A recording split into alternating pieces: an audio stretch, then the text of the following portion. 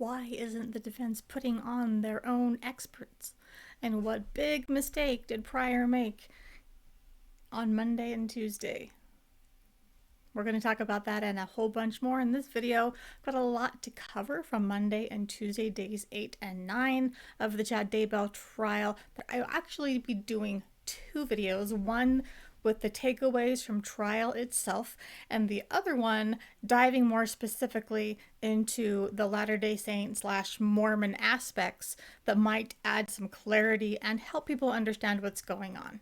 As usual, I do not speak for the Church of Jesus Christ of Latter-day Saints, though I am a practicing member. These are my opinions, my understandings. I do think I understand some of the doctrines and policies better than your average Mormon person. But again, my opinions. I'm not a lawyer. I am not a psychologist. I am not an FBI agent or detective. This is my opinions and all of that good stuff. That said, this is not a place for bashing my faith or anyone else's. I'm not trying to defend my church, my faith. I'm not trying to evangelize or convince anyone or convert anybody. I'm just trying to give context and understanding to the Chad Daybell case and where it intersects with the Latter-day Saint Church and beliefs and where he completely goes off the rails. Welcome to True Crime, Faith, and Chocolate. I'm your host, Annette Lyon, USA Today bestselling author of the suspense novel Just One More, in addition to being a true crime junkie and a woman of faith. Right now, we're really focusing on Chad Daybell. We've talked about Ruby Franke, Jody Hildebrandt, and we will be doing a whole lot of other religious true crime stuff. And unfortunately, there are a lot that intersect with my faith. Hate that. But hopefully I can give some clarity and insight as to where some of this is coming from. And yeah, because there is a lot of context that can be missing and some subtext that people might not grasp if you don't know the terminology, the faith, the scripture, the doctrines, that kind of thing. We learned that Lori and Chad had their first fight. It was, I believe it was the summer of 2019. They were fighting basically via text, and this is one of the first times that we see Chad and his manipulations. We actually see both of them manipulating, but especially Chad. He's telling Lori that your grandfather appeared to me in a vision and he is displeased with you, and I'm sorry that I'm unable to protect you, send angels to protect you. You're not protected anymore. And you have to respond to me so I can send heavenly messengers or you won't be protected. So I've talked in previous videos about our belief about stewardship, and that refers to who can receive revelation for whom. Chad had no business receiving revelation for Lori. Lori could have seen her grandfather, in theory, if she had that spiritual gift, but he wouldn't be coming to the guy she's having an affair with. No, not how this works. We also learned about the quote-unquote romance novel he was texting to Lori using James and Elena, I believe. They have so many names for each other. Pryor tried to make it sound like it was an actual novel he was drafting and just sending in chunks to Lori. Not that it was an accounting of their own affair, which it absolutely was, and we had detectives attesting to that the factual things, like who was where on what dates and this type of thing happened. This is not just someone's imagination. I've been writing for almost my entire life. I've been publishing fiction since 2002. I have been an editor for hundreds of writers and even more manuscripts. None of my colleagues, none of my clients throughout the years has ever drafted via text. That's not something anybody does. He would be turning off his entire readership by writing this type of story, this illicit affair with quote-unquote steamy parts. I call them slimy parts because he is the slug, nicknamed as we know. And it's just gross. They're not steamy. Let's be frank. They're poorly written for starters. When you are publishing in a very conservative marketplace, you have to be aware of that. Chad was publishing his books and selling them to the most conservative of conservatives, which, side note, are not your typical Latter-day Saints. These are the fringy people. And these are people who would be offended if you are quoting scripture that happens to have a swear word in it. Even if it's a geographical reference to hell, for example, they will be offended that you wrote that in your novel. These are very, very conservative individuals. And so if Chad is actually writing a novel that he hopes to sell, he must be starting over with an entirely new career and trying to find a new fan base and publishing under a pen name, because his readership who followed his crazy books would absolutely not be buying or accepting this one. But it wasn't a real book. We know that. He wasn't trying to actually write something. Nope. The fight was about how he was spending time going on vacation with his family. And he starts calling them celestial relatives. And I hate that we're bringing that word up again, but it's kind of funny to me how they use it. They use it as an absolute insult, because the celestial kingdom is basically the lowest you can end up in the next life, because we don't believe in hell, which somehow got lost on Chad and Lori. But basically they're trying to insult his family, probably including his children and his wife. Whatever. We had several short testimonies that I won't really go into. We had Sydney Shank, who babysitted JJ once. We had JJ's principal for all of 3 weeks in the school that Lori enrolled him in very briefly. We had the dean of students, or former dean of students at BYU, Idaho, who confirmed that Tylee had never attended, had never even begun an application to attend the university, that kind of thing. Then we had Colby Ryan. This is Lori Vallow's oldest and only living child. And unlike I've heard elsewhere reported, this factual clarification, if you will, Joe Ryan was not Colby's father. Colby's father was actually Lori's second husband. Her first husband was right out of high school, and it lasted a few weeks. I'm forgetting his name. Second husband was a William, and I'm probably going to slaughter his last name, but William Lagioga. And they had Colby. That marriage did not last more than about a year either. She was a single mother with Colby for some time until she married Joe Ryan. Together then, they had Tylee. So Tylee was the biological child of Joe. And that is why when then Joe died, Tylee was receiving Social Security benefits as his child, but Colby was not. Because Colby is not Joe's biological son, he took on Joe's last name.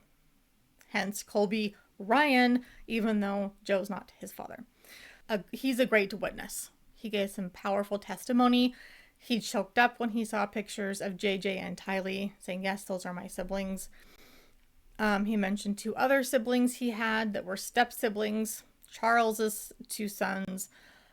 He talked about how he first heard about Charles's death. Lori told him, oh, by the way, Charles died. It was a heart attack. And that was devastating because Lori and Charles had been married for over a decade. This is her 4th husband, but the seemingly first successful marriage. And Colby he viewed Charles as a father. So it was devastating to hear that Charles had died. And then he goes to visit his mother that night. He finds Tylee completely beside herself. Lori seems just fine. His uncle Alex, Lori's brother, who is the one who we know shot Charles, is there. And Alex is the one who tells Colby, oh yeah, I shot him. That is how Colby found out how Charles actually died. By Alex telling him, yeah, I shot him. Yeah, so that's disturbing. Colby tells the court that the last time he saw Tylee was when Lori and Tylee, and I cannot remember if JJ was there at the time, they came to a parking lot in front of the gym where he was working to say goodbye. They were moving. And Lori wouldn't say where. And Tylee was visibly upset, Colby said. That was the last time he laid eyes on his sister. And he found it odd that his mother wouldn't say where they were moving to. Of course, we know now that was Rexburg. And after that, there was some communications. He often texted with Tylee, but then the tone and the way the texts were written changed, and he thought something is odd. This does not sound like my sister. We know now those texts were sent after Tylee had died, so it was likely Lori writing those texts and pretending to be Tylee. Prior on cross, basically he made it sound like either Lori can never be influenced by anyone ever, or she's a complete doormat. And Colby basically said, there's a big spectrum there. My mother is somewhere in between, as most people are. Get a clue. So that didn't work, Mr. Pryor. We also heard from David Warwick. That was continuing testimony from Friday into Monday. This is Melanie Gibbs' husband. At the time they were dating, so boyfriend and girlfriend, they spent the night at Lori's townhouse and were some of the last people to see JJ alive. They never saw Tylee in the townhouse. We know now she had already died and was buried in Chad's backyard. But they did see JJ. They saw JJ being taken upstairs by Chad, and then Chad coming back down with a scratch on his neck, saying that JJ scratched him. He is found, of course, buried in Chad's backyard wearing the same pajamas he had on that night.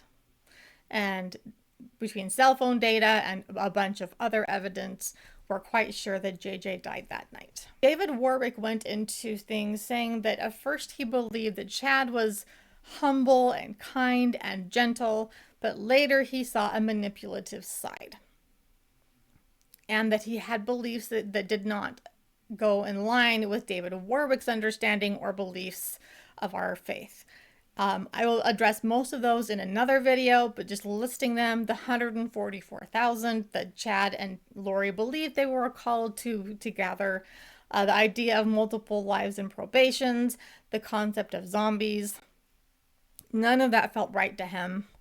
And he also thought it was strange when Chad brought him to this park, and I believe Lori was with him as well, and said, we can see this terrestrial building in front of us. It's however many stories and made of stone. Terrestrial then being the second kingdom of glory before you get to celestial. David said he thought it was ridiculous. There was nothing there, that they were trying to make him think that they were visionary and seeing this building, and he thought there's literally nothing there. One clarification as well I wanted to make, he talked about attending a meeting. I can't remember whose house it was at. He said it was about the priesthood, and I heard one reporter say that meant only men attended that meeting. So there is a very big difference between a meeting for the priesthood, which as if calling men the priesthood bothers me, because the idea is they hold or can exercise it, but they aren't the priesthood themselves. That's my own little frustration. But you can discuss and talk about priesthood all you want, and often do in mixed company. So it made sense that Julie Rowe and other women were there, which they were. This wasn't a meeting just for men. At that visit in Idaho, David says that he found out supposedly from Chad revealing to Alex that Alex had been an angel. He was the angel who appeared to Nephi when he was being beaten by his brothers, which is hilarious, and give me a break. I will tell that whole story in my other video, explaining the context there. But I will say here that it does at least fit the narrative Chad was trying to create, that Alex was a protector type person. but the idea that he was this angel, give me a break. Now, Pryor made some other missteps. As he had with Melani Gibb before, he was asking about vibrations, which David was like, I don't know what you're talking about. That's not a practice. Somehow Pryor can't get that through his head. See my last video about more on that. He asked about the 7 gatherers. He asked Melani as well, and she didn't know what he was talking about, and neither did David. I have no idea what that's referencing. That's not even a fringe group that I've ever heard of. Not a clue. Where Pryor got that from, I'm sure it's Chad, but I don't know what it's in reference to or why he thinks that some of these witnesses would know. So something else that David said that caused him to not exactly like Chad, or at least not realize that he was not quite as meek and humble and kind as he had first believed. There were 2 stories he mentioned. One was that Chad came to him and said, we should do a book together. And David said, well, I don't know. Let me think about it and pray about it. And then every time he saw Chad after that, Chad kept saying, well, when we do the book, talking about it as if it was a given. And David had to keep saying, I have not agreed to do this yet. And then eventually said, I'm not going to do this. And Chad kept pushing it and pushing it. And he did not appreciate the fact that he had put down that boundary and Chad kept trying to cross it. And he talked about how Chad had called Melani Gibb. And it sounds like David was in the room on the phone with his own mother at the time of that phone call. So he didn't hear the call, but that was when Melani reported that Chad wants me to lie to the police and when they call. And David was mad that Chad would try to manipulate anyone, and now his wife, into lying to the police to save his own butt. So those were some of the takeaways from David's testimony. Now, one thing that happened I thought was interesting. There was one objection specifically that said Rule 610, and then there was like, oh, silence. And I thought, what is 610? And I missed the specific question that Pryor was posing to David Warwick when the objection was made, but it was in the context of his religious beliefs and whether he thinks he can see visions and blah, blah, blah. So here's what Rule 610 says. Evidence of a witness's religious beliefs or opinions is not admissible to attack or support the witness's credibility. So you can't say, well, David Warwick believes in this religion, therefore nothing he says is credible about anything else. Then we went into Brandon Boudreaux. And if you are familiar with him and his testimony, or if you're interested in finding out more about what an average Latter-day Saint looks like, I would say look at Brandon Boudreaux. He seems like a genuinely nice guy who just wanted to have a happy life. He had a wife for 10 years and 4 children. Things seemed to be going well until his wife went off the deep end. His wife is Melani, now Pawlowski. Started out as Melanie Cox, then married Brandon, so Melani Boudreaux, and then they divorced, and now she's Melani Pawlowski. So she is Lori's niece, but Lori has been largely a mother figure to Melani over the years because Melani's mother died under what we now think may be suspicious circumstances. But when Melani was quite young, just let's say a toddler, so Lori stepped in as a mother type role. And so Brandon talks about how they were very close with Lori and Charles, and they visited often. Even when they lived in Hawaii, they would go visit and they would spend holidays together. At one point, Brandon said that his wife had never been really devout in the faith. But then all of a sudden she decided she wanted to be devout and like overboard. And it was a result of Lori's influence. And so one of the elements of her being that devout, she wanted to attend the temple daily. So to give a little bit of perspective on that, because he said it became a burden on a family with little kids for her to go every day. and the most members strive to attend about once a month, which is accurate. That's pretty common to try to go about once a month. So, but what does daily look like? Because temples are not open on Sundays, they're not our worship services, and most temples are not open on Monday either. There have been a couple temples that would be open for half a day on Monday or something, but the vast majority are closed on Monday. And I haven't looked up their local temples, but I would bet that that their temples are closed on Sunday and Monday.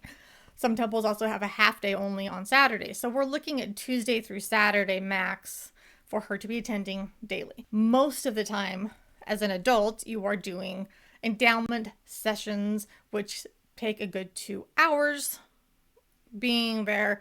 That's, you have to go into the locker room, you change into white clothing, then you have to wait in the waiting room, and then if you're going to spend time afterwards in the celestial room for pondering and prayer, you can do that. So we're looking at being inside the temple a minimum of 2 hours, probably longer, knowing that Melani was trying to be devout and likely, trying to pray and see visions or whatever she was doing in the celestial room. Having small children, that made it hard, especially probably picking kids up from school or whatever else. And Melani was just spending her day at the temple all the time. Some of her other sudden devotion reared its head in the form of wanting to spend thousands of dollars on food storage and emergency preparedness. There was a time when the church was encouraging people to have a year supply of food. And that's kind of where the genesis of the extreme preppers, at least from those who hail from the faith context, kind of probably got their start. The church has come out very specifically to say, do not go into debt, be prudent. And they no longer, I have not heard anyone mention a year supply in a long time. Usually it's a 3-month supply, but not just of food, but also of money, of basically just self-sufficiency, get out of debt. So the idea of suddenly spending a whole bunch of money on food storage was alarming and also contrary to what we're supposed to be doing. But Melani was attending these quote unquote firesides at Melanie Gibbs' house and whatnot. And a fireside, I guess its name for, say, meeting around a campfire and talking kind of thing. But in a Latter-day Saint context, when you say it's a fireside, it generally means one speaker, usually at a church building, often on a Sunday night, not always, especially if it's a youth thing. It might be during the week.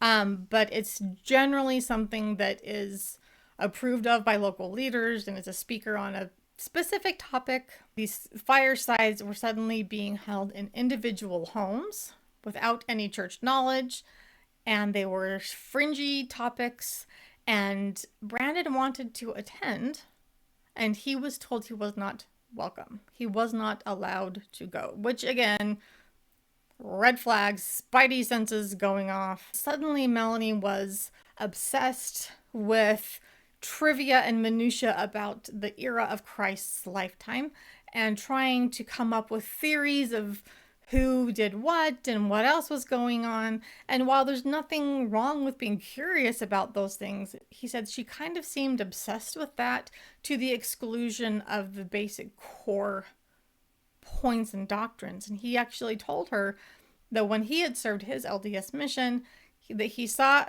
people who started going after these niche, fringy things were often the ones who lost sight of, I want to be like my Savior Jesus Christ. They lose sight of the core, and then they fall away. And so he was concerned, and she would not listen to him. But of course, he was right. End of June 2019, someone in Melani's family, so also Lori's family, is getting married. So they head off to this family wedding, and while they are there, Brandon finds out that his grandfather just suddenly died. He was obviously upset, and suddenly he and Melani get into this fight. He said that lasted all day and past midnight. Eventually Melani went to bed, but he was just so upset and disturbed about the whole thing. This fight began discussing whether to attend his grandfather's funeral. Melani didn't want to. And then it ended up with Melani saying, God has revealed to me and my Aunt Lori that you have hacked into Lori's computer and that you're gay. And Brandon had no idea where any of this was coming from. The only person who had hacked anything was Melani, who had gone into his phone and blocked Charles. Because by this point, Charles and Lori were going through a divorce, or attempting to. Charles was trying to make it work. Lori was, of course we know now, was accusing him of being a zombie named Ned Schneider, threatening his life, stealing his things, and Charles was devastated.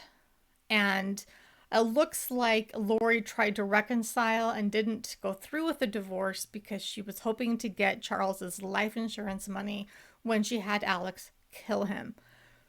But Charles knew that something was up, changed the beneficiary to his sister. So when he did die, Lori did not get the money. During the divorce, or when it began between Lori and Charles, Charles was trying to reach out to family and explain what's going on with Lori's strange beliefs. Melani got very upset. That's when she blocked Charles on Brandon's phone. And she said, you need to take Lori's side. And Brandon said, I love them both. They're both like an aunt and uncle to me. Divorces are messy. Let's try to just love them both. And Melani said, absolutely not. You cannot support Charles. You must support Lori. And at this point, Brandon was getting desperate. He was afraid of losing his marriage. So he said, okay. And then later, when other things came to light and happened, he went to Charles and apologized because he said, I understand what you must have been feeling then because I'm feeling it now. The absolute grief and betrayal. Right after his grandfather's funeral, Melani filed for divorce. This is summer of 2019, right about the time Charles dies. Melani will not speak to him. She will text occasionally. Like he said, it was very cold. And then suddenly, early October of 2019, he is newly in this rental home. Like nobody except for Melani knew where it was, because it was that new. He had barely moved in. He had met a couple of neighbors. That was it. After dropping off his older kids at school and then the younger one at Melani's place, he's heading back, and that's when he is shot at. He sees a Jeep parked at the curb near his house, a Jeep without a wheel on the back, and then the back window opened and a gun came out and shot at his car. Shattered the driver's side window. We know now a bullet was lodged in the frame, barely missing Brandon's head, and he took off. Called 911, and then he was so concerned, he hired a private investigator and started doing his own research as to what just happened to me. Brandon thought, oh my goodness, it does look like the black Jeep that Charles bought for Tylee, and it had Texas plates where Charles had lived.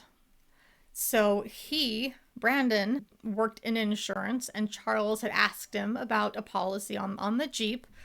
And so he happened to have the VIN on the Jeep. So he looked it up, gave that to police. They put Alex under 24-hour surveillance, and that is what led to the warrant in Idaho to search the Jeep. Right about that time, then, Brandon is thinking, I just survived an attempt on my life that Melani must have been behind.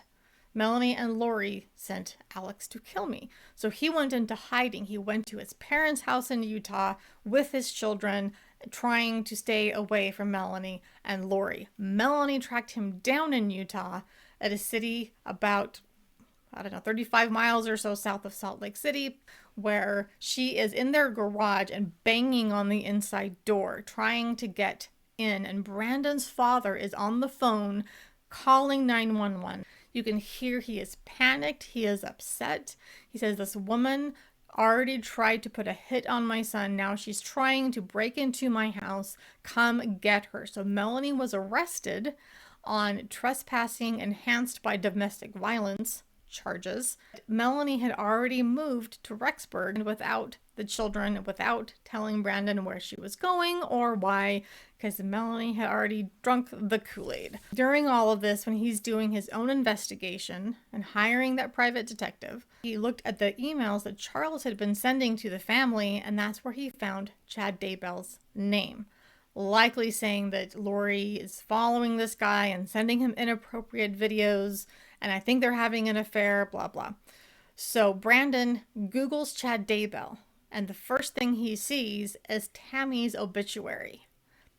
And he just got chills. He knew something was way off. The whole bit about hiding in Utah was not brought up in court yet. We know that from past statements and TV reports and police reports and that kind of thing. One thing that broke my heart is that when Brandon heard that this is the following June, in June 2020, he heard that they had found bodies in Chad's backyard. He drove up right away to Idaho. And that's when the police showed him photos of JJ's body. And it was Brandon who had to identify and say, yes, that is JJ. And that was hard testimony to hear. He had been so close to these children. He even baptized Tylee.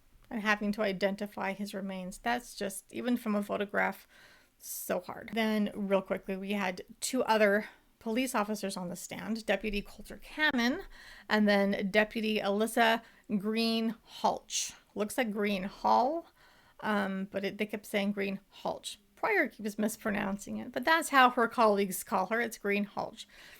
Coulter Cannon is the one who responded when Tammy and her son-in-law made the 911 call about the quote-unquote paintball gun incident, which it looks, there's enough circumstantial evidence that go into another video, because Thursday's testimony goes into a whole bunch of that. It looks like it was probably an AR-15 that Alex was trying to shoot and kill Tammy.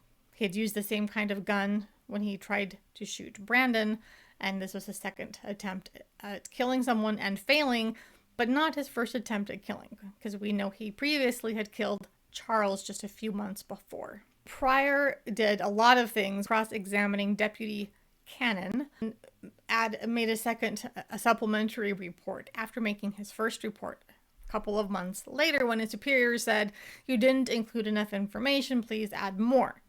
Pryor made it sound like that fact is somehow nefarious evidence of police trying to frame Chad and say it was a real gun when it wasn't, and blah, blah, blah.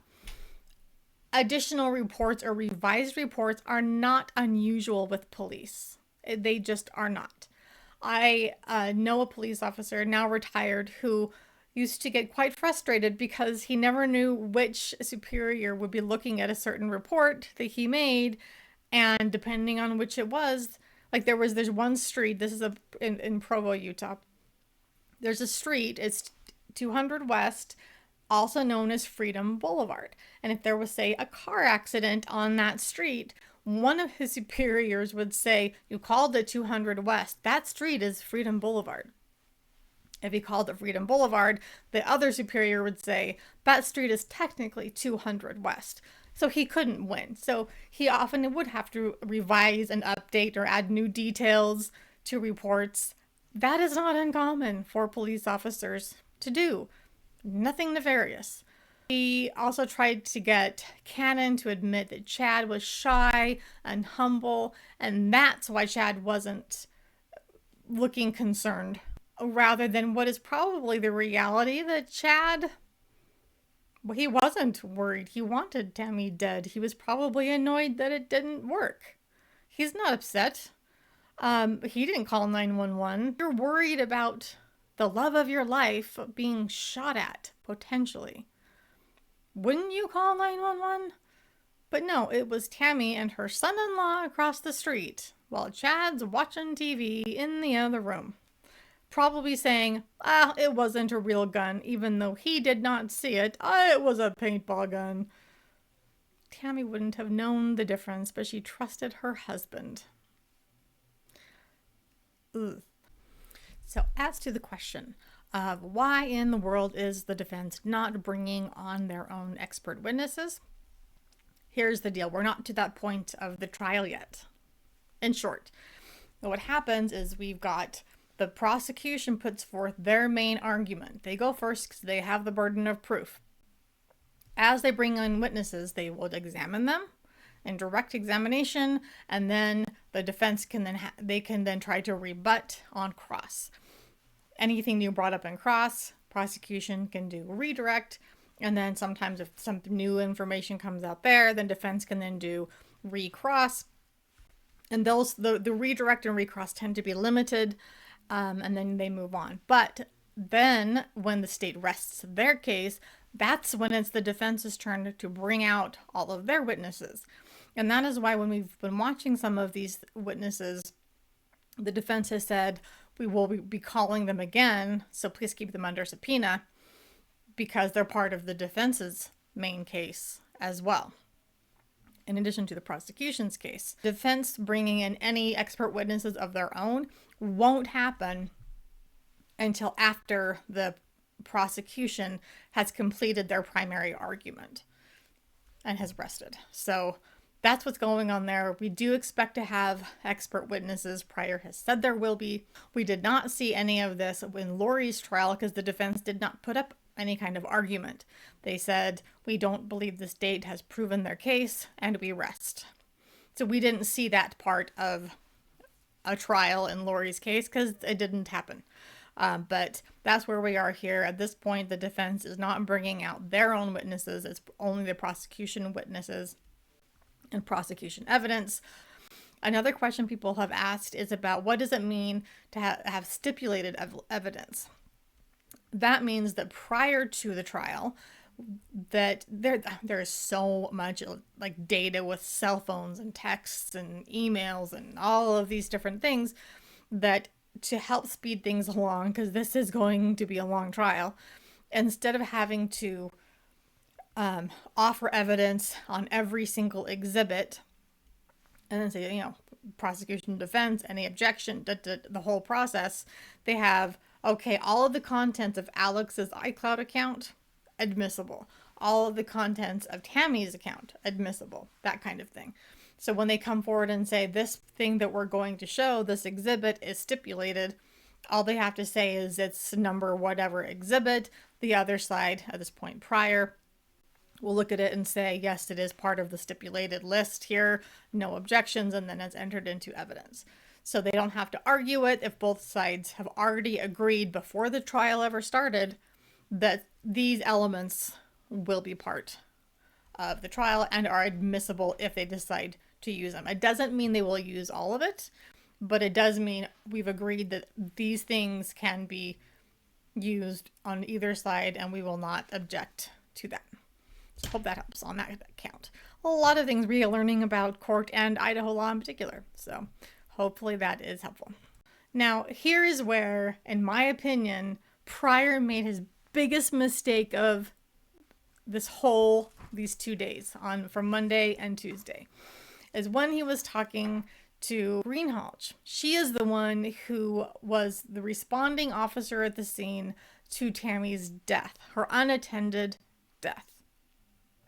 I'm not going to go into a lot of detail about the coroner's testimony on Tuesday. A lot of people have talked about what a train wreck that was, and I feel very bad for her because she was brand new on the job.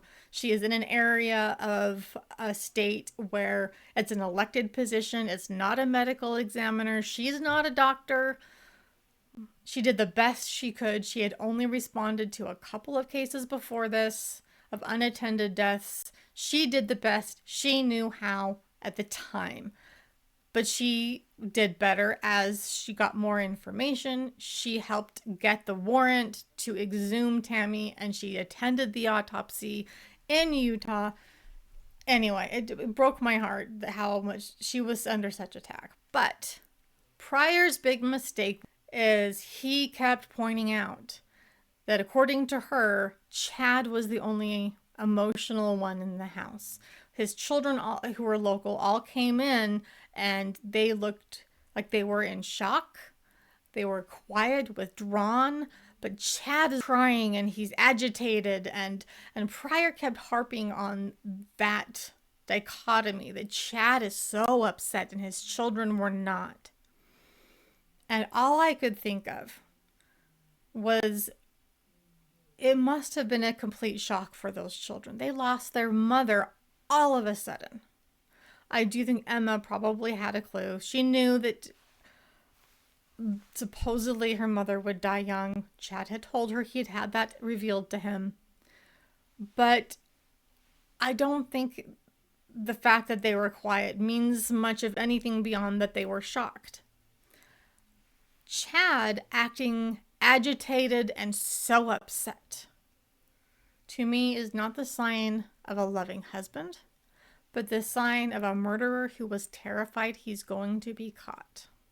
I think that agitation was fear. He was nervous until the coroner signed the death certificate, later amended to homicide after the autopsy, but initially saying, oh, it was likely pulmonary edema, a heart event that caused this sudden death. That is why Chad was upset. We have not seen him upset in court over anything. He's not upset when he saw his wife's body after exhumation, but before the autopsy. He showed no emotion at seeing Tylee and JJ's remains. He showed no emotion hearing his wife's voice on 911. He has shown no emotion at all, and that seems to be pretty typical of Chad. He's just not an emotive person, so suddenly he's emoting, probably because he is scared he's going to get caught. Someone will figure out that his wife did not die of natural causes, that this was homicide, that Alex probably helped him hold her down. And evidence prior brought up things like, oh, well, the blood lividity, which he called lipidity, get the words right, showed that she died on her back. And somehow that was evidence that she died in her sleep. No, she was probably on her back and being restrained and held down like the bruises in her arms indicated. And the foam, bloody foam from her mouth that just kept coming. They would wipe it and more would come after her death because of that pressure in her lungs from being asphyxiated. This was not a natural death. This was a homicide. And my heart, again, it goes out to Deputy Greenhalgh and to the coroner. Brenda Dye was the coroner, perhaps. They did the best with the tools that they had.